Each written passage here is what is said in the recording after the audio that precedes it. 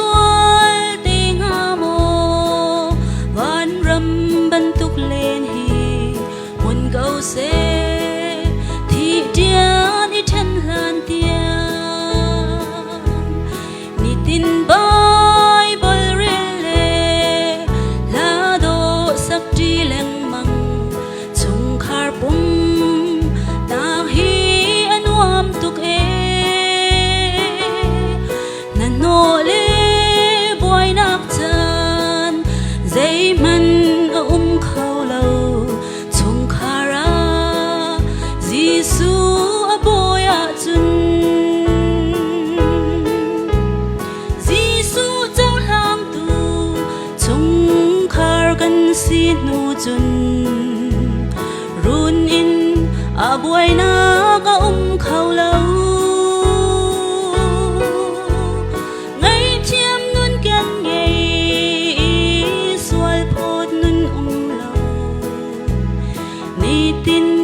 lom na he kan leng zung zal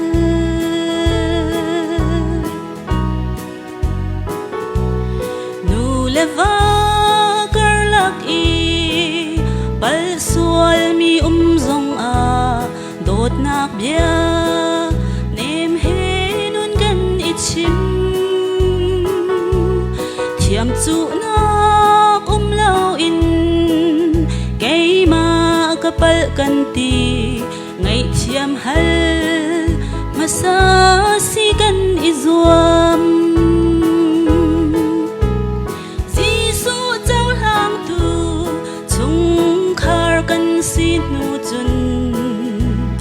run in a boy na ka khau lo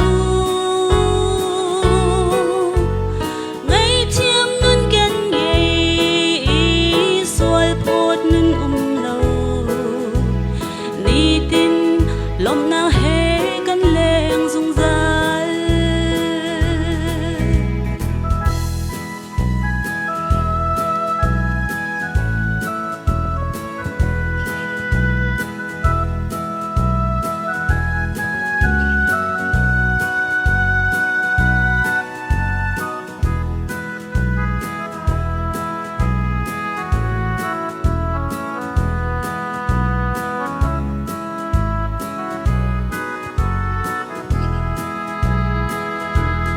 Sing tu nu le panun a dot nak nu chun fa le cha ro sung big tu a si chung khar a pathian dot nak bia ale na chun volei hi kal dak ding ka siang lo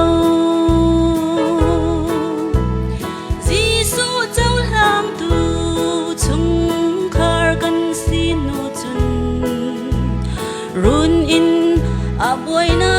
ka khau lo ngay thiam nun gen ngai sual phot nun lo ni tin lom na he kan leng zung zal jisu chau hang tu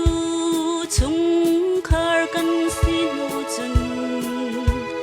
run in a boy na khau lo ngay thiam nun kan ngai sual phot nun lo ni tin lom na he kan leng zung zal ni tin lom na he